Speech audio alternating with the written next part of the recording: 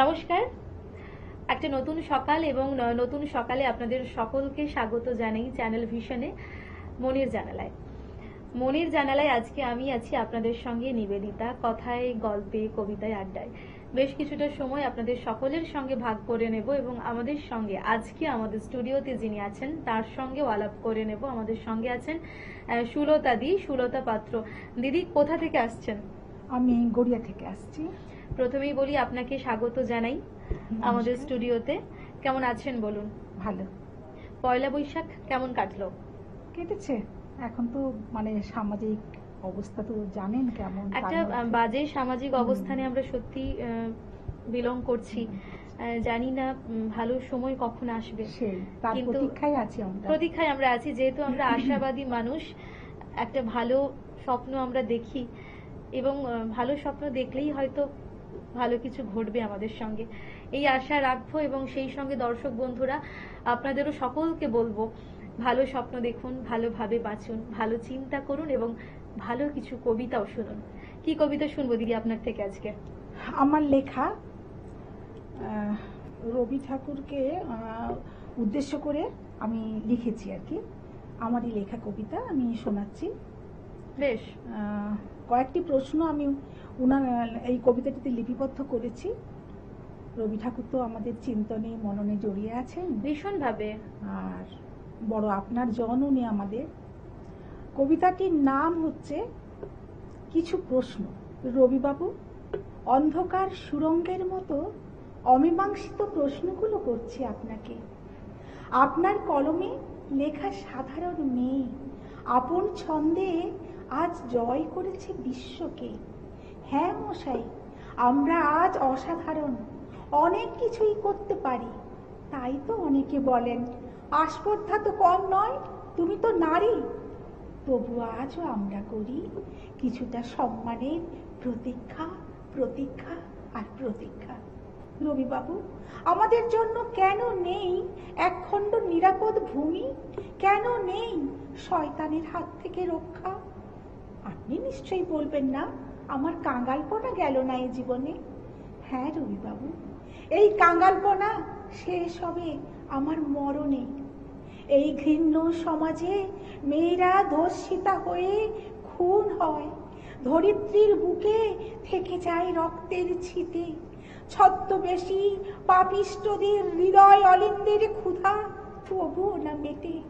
ভেঙে যায় কত মেয়ের ছোট ছোট প্রিয় স্বপ্নগুলি।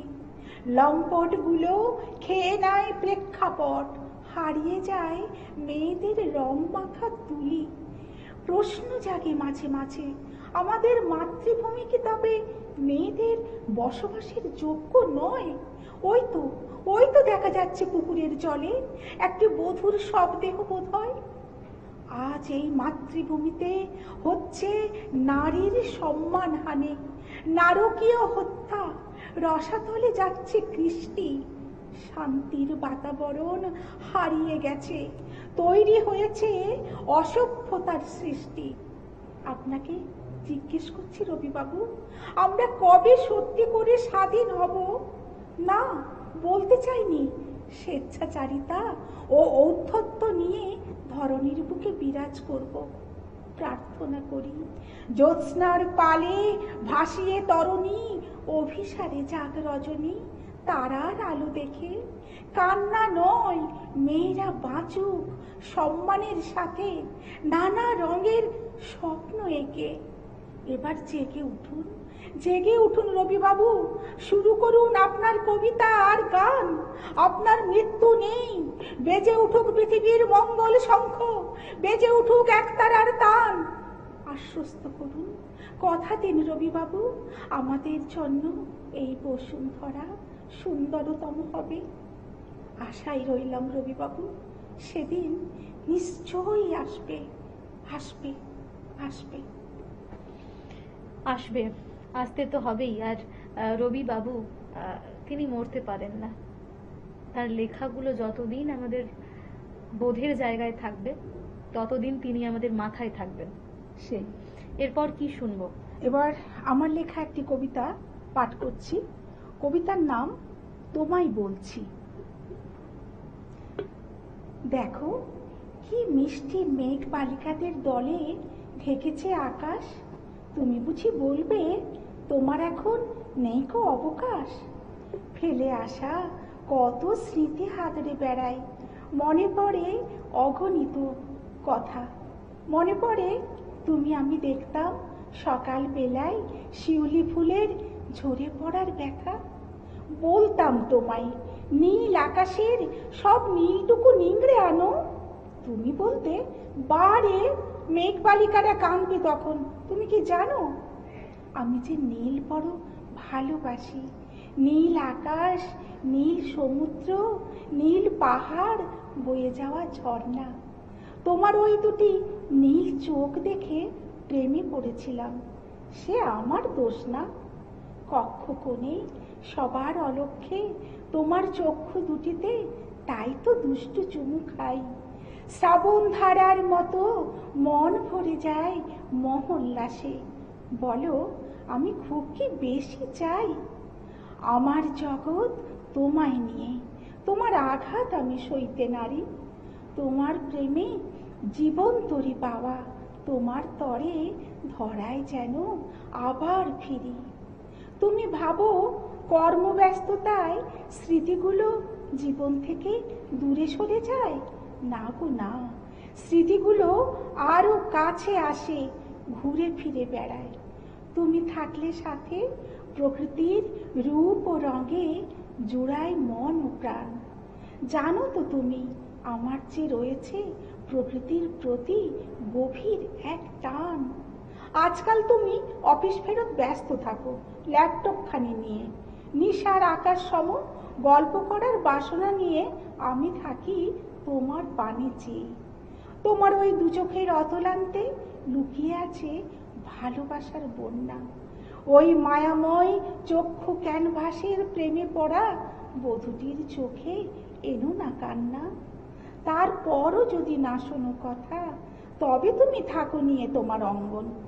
বিরহের অস্থিমালা নিয়ে আমি থাকি তবে চিরন্তন। ওগো মোর চির গৌরব, কর্মব্যস্ততায় মোরে তুচ্ছ করে দেখলে মরণের পরে ফিরবো না আর তোমার জন্য, মিলবো ওই নিখিলে। আহা, অপূর্ব। আপনাদের মতো কবি সাহিত্যিকরা যতদিন লিখবেন, আমরা যারা কবিতা ভালোবাসি, আবৃত্তি প্রেমী মানুষ, তারা এই লেখাগুলো পড়তে পারবো।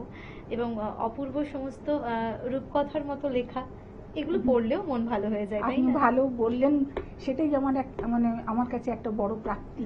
এরপর কি শুনবো দিদি? এরপরে আমার লেখা চাঁদের আকাশ। বেশ। একদিন মহাবিষ্ট চাঁদ বলেছিল আকাশকে, আয় না আমার বাড়ি, কতদিন গল্প হয়নি তোর সাথে। এই ফাগুন রাতে আজ গল্প করি।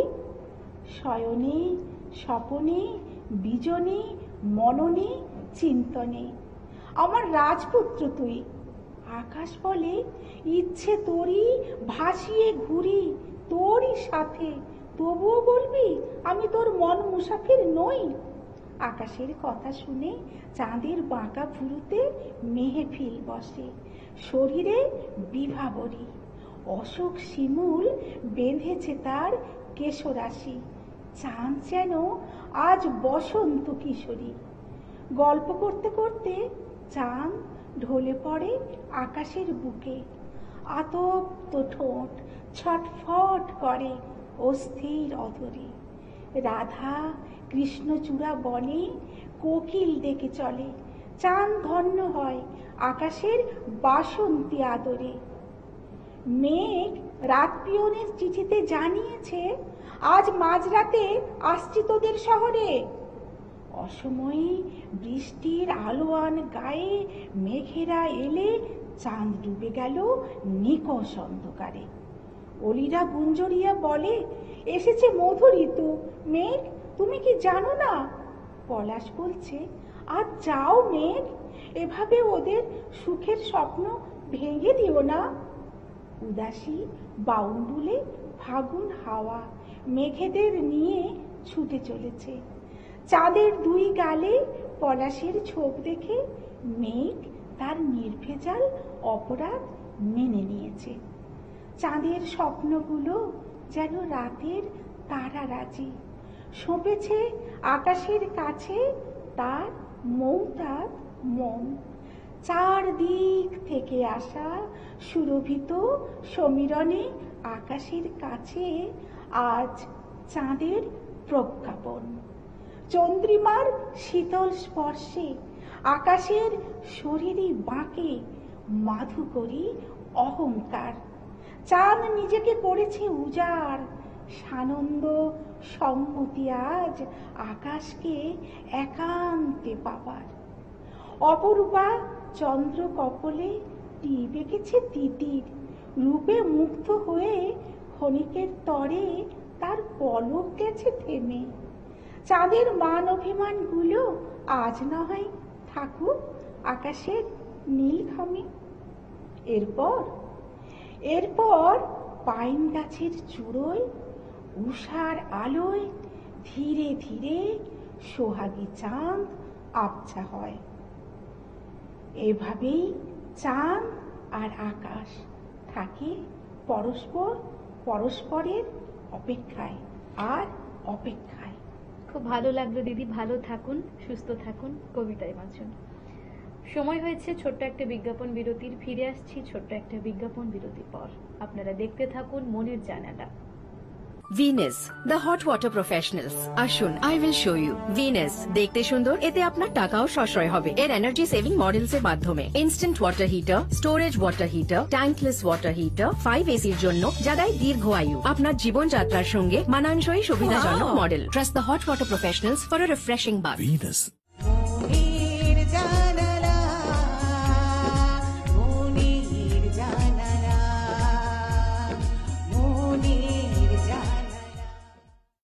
ফিরে এলাম ছোট্ট একটা বিজ্ঞাপন বিরতির পর। আপনারা দেখছেন টুইলাইট প্রোডাকশন প্রযোজিত, চ্যানেল ভিশন আয়োজিত আপনাদের অত্যন্ত পছন্দের অনুষ্ঠান মনের জানালায়। এবং মনের জানালায় এই পর্যায়ে আমরা যাকে পেয়ে গেছি তার সঙ্গে আলাপ করে নেব। আমাদের সঙ্গে আছেন বিশিষ্ট আবৃত্তি শিল্পী তপন কুমার ঘোষ। দাদা কেমন আছেন? ভালো আছি। কি শুনবো আজকে? শুনতে ভীষণ মন করছে। আমি বিশ্বকবি রবীন্দ্রনাথ ঠাকুরের ব্রাহ্মণ কবিতাটা আবৃত্তি করব। বেশ, শুনবো তাহলে। অন্ধকার বনচ্ছায়ে সরস্বতী তীরে অস্ত গেছে সন্ধ্যা সূর্য, আসিয়াছে ফিরে নিস্তব্ধ আশ্রম মাঝে ঋষিপুত্রগণ, মস্তকে সমিধ ভার করিয়া আহরণ বনান্তর হতে। ফিরায়ে এনেছে ডাকি তপবন গোষ্ঠগৃহে, স্নিগ্ধ শান্ত আখি শ্রান্ত হোম ধেনুগণে। করি সমাপন সন্ধ্যা স্নান, সবে মিলি লয়েছে আসন গুরু গৌতমের ঘিরি, কুটির ও প্রাঙ্গণে হোমাগ্নি আলোকে। শূন্যে অনন্ত গগনে ধ্যান ও মগ্ন মহাশান্তি। নক্ষত্র মণ্ডলী সারি সারি বসিয়াছে স্তব্ধ কুতূহলী নিঃশব্দ শিষ্যের মতো। নিভৃত আশ্রম উঠিল চকিত হয়ে। মহর্ষি গৌতম কহিলেন, বৎসগণ, ব্রহ্মবিদ্যা কহি কর অবধান। হেনকালে অর্ঘ্য বহি কর পুট ভরি, পশিলা প্রাঙ্গণ তলে তরুণ বালক। বন্দি ফল ফুল দলে ঋষির চরণ পদ্ম নমি ভক্তি ভরে, কহিলা কোকিল কণ্ঠে সুধা স্নিগ্ধ স্বরে, ভগবান ব্রহ্মবিদ্যা শিক্ষা অভিলাষী, আসিয়াছি দীক্ষাচরে কুশ ক্ষেত্রবাসী, সত্যকাম নাম মোর। শুনি স্মিত হাসে ব্রহ্মর্ষি কহিলা তারে স্নেহ শান্ত ভাষে, কুশল হোক সৌম্য, গোত্র কি তোমার? বৎস, শুধু ব্রাহ্মণের আছে অধিকার ব্রহ্মবিদ্যা লাভে। বালক কহিলা ধীরে, ভগবান গোত্র নাহি জানি, জননীরে সুধায় আসিব করল, কর অনুমতি। এত কহি ঋষি পদে করিয়া প্রণতি, গেলা চলি সত্যকাম ঘন অন্ধকার বন বিছিদিয়া। পদব্রজে হয়ে পার ক্ষীণ স্বচ্ছ শান্ত সরস্বতী, বালু তীরে সুপ্তি মৌন গ্রাম প্রান্তে জননী কুটিরে করিলা প্রবেশ। ঘরে সন্ধ্যা দীপ জ্বালা, দাঁড়ায়ে দুয়ার ধরি জননী জবালা পুত্র পথ চাহি। হেরি তারে বক্ষে টানি আঘ্রাণ করিয়া শির শুধালেন বাণী কল্যাণ কুশল। শুধাইলা সত্যকাম, কহ গো জননী মোর পিতার কি নাম, কি বংশে জনম। দিয়াছি দীক্ষাতরে গৌতমের কাছে। গুরু কহিলেন মোরে, বৎস শুধু ব্রাহ্মণের আছে অধিকার ব্রহ্ম বিদ্যা লাভে। মাতো কি গোত্র আমার।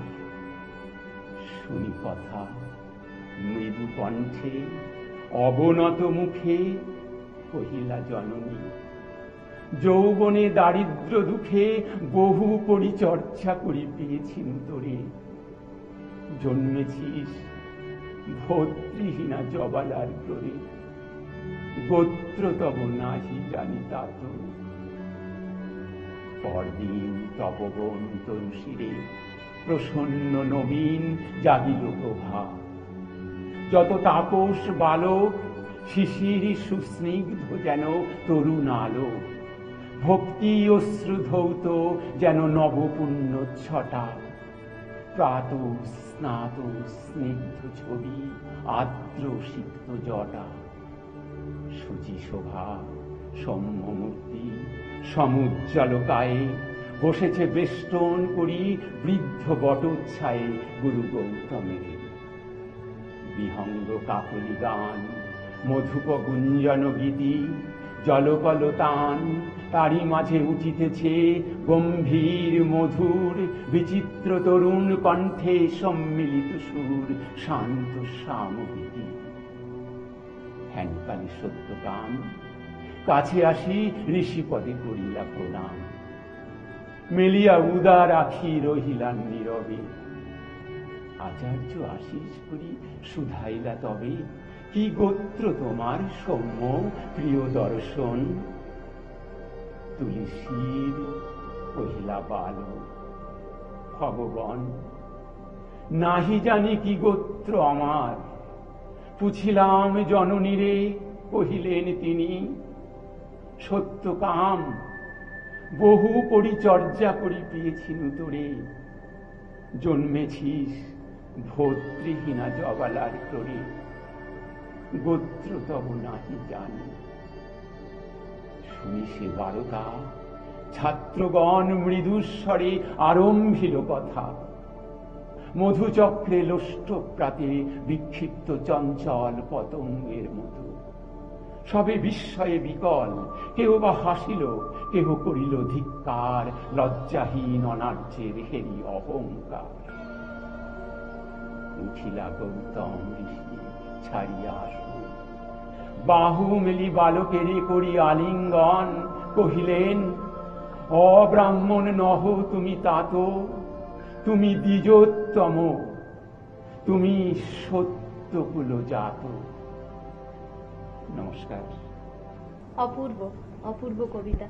এরপর কি শুনবো? এরপর আমি কবি সুকান্ত ভট্টাচার্যের প্রিয়তমা সুর। বেশ। সীমান্তে আজ আমি প্রহরী, অনেক রক্তাক্ত পথ অতিক্রম করে আজ এখানে এসে থমকে দাঁড়িয়েছি স্বদেশের সীমানায়। ধূসর তিউনিসিয়া থেকে স্নিগ্ধ ইটালি, স্নিগ্ধ ইটালি থেকে ছুটে গেছি বিপ্লবী ফ্রান্সে।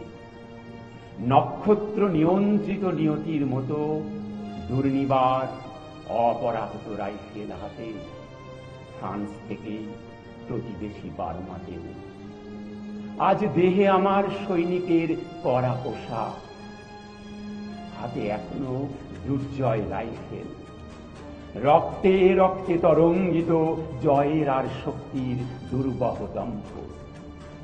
আজ এখন সীমান্তের প্রহরী আমি।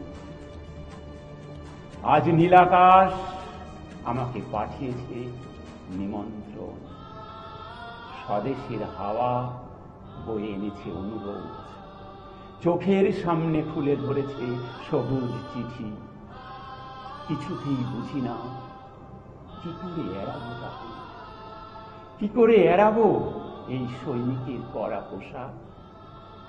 যুদ্ধ শেষ, মাঠে মাঠে প্রসারিত শান্তি, চোখে এসে লাগছে তারই শীতল হাওয়া। প্রতি মুহূর্তে স্লথ হয়ে আসে হাতের রাইফেল, গা থেকে খসে পড়তে চাই এই কড়া পোশাক। রাত্রে চাঁদ ওঠে, আমার চোখে ঘুম নেই। তোমাকে ভেবেছি কতদিন, কত শত্রুর পদক্ষেপ শোনার প্রতীক্ষার অবসরে, কত গোলা ফাটার মুহূর্তে, কতবার অবাধ্য হয়েছে মন যুদ্ধ জয়ের ফাঁকে ফাঁকে, কতবার হৃদয় জ্বলেছে অনুশোচনার অঙ্গারে। তোমাকে ফেলে এসেছি দারিদ্র্যের মধ্যে, ছুড়ে দিয়েছি দুর্ভিক্ষের আগুনে, ঝড়ে আর বন্যায়, মারি আর মোড়কের দুঃসহ আঘাতে বারবার বিপন্ন হয়েছে তোমাদের অস্তিত্ব। আর আমি ছুটে গেছি এক যুদ্ধক্ষেত্র থেকে আর এক যুদ্ধক্ষেত্রে। জানি না আজও আছো কি নেই, দুর্ভিক্ষে ফাঁকা আর বন্যায় তলিয়ে গেছে কিনা ভিজে, জানি না তাও। তবু লিখছি তোমাকে আজ, লিখছি আত্মম্ভর আশায়। ঘরে ফেরার সময় হয়ে গেছে, জানি আমার জন্যে কেউ প্রতীক্ষা করে নেই মালায় আর পতাকায়, প্রদীপে আর মঙ্গল ঘটে। জানি সম্বর্ধনা রটবে না লোক মুখে, মিলিত খুশিতে মিলবে না বীরত্বের পুরস্কার। তবু একটি হৃদয় নেচে উঠবে আজ আমার আবির্ভাবে, সে তোমার হৃদয়। যুদ্ধ চায় না আর, যুদ্ধ তো থেমে গেছে। পদার্পণ করতে চায় না মন ইন্দোনেশিয়ায়, আর সামনে নয়, এবারে পেছনে ফেরার পালা। পরের জন্য যুদ্ধ করেছি অনেক, এবার যুদ্ধ তোমার আর আমার জন্য। যদি প্রশ্ন করো এত যুদ্ধ করে পেলাম কি, উত্তর তার তিউনিসিয়ায় পেয়েছি জয়, ইতালিতে জনগণের বন্ধুত্ব, ফ্রান্সে পেয়েছি মুক্তির মন্ত্র, আর নিষ্কণ্ঠ বার্মায় পেলাম ঘরে ফেরার তাগাদা। আমি যেন সেই বাতিওয়ালা যে সন্ধ্যায় রাজপথে পথে বাতি জ্বালিয়ে ফেরে, অথচ তার নিজের ঘরেই নেই বাতি জ্বালার সামর্থ্য। নিজের ঘরেই জমে থাকে দুঃসহ অন্ধকার। নমস্কার। একটা অন্যরকম আবহ তৈরি হয়। কবিতার তো নিজস্ব একটা জোর থাকেই, মানুষের মধ্যে অনেকটা বার্তা পৌঁছে দিতে পারে। বোধ করি শিল্পের সমস্ত ক্ষেত্রই এমনই অভিনব, যা মানুষকে জাগ্রত করে, সমাজকে জাগ্রত করে। ভালো থাকুন দাদা, সুস্থ থাকুন, কবিতায় থাকুন, কবিতায় বাঁচুন। অনেক ধন্যবাদ। আপনাকেও ধন্যবাদ জানাই, সেই সঙ্গে ধন্যবাদ জানাই আপনাদেরও, দর্শক বন্ধুদের। দেখা হবে আগামী এপিসোডে। আপনারা দেখতে ভুলবেন না কিন্তু চ্যানেল ভিশনে মনের জানালা। ধন্যবাদ।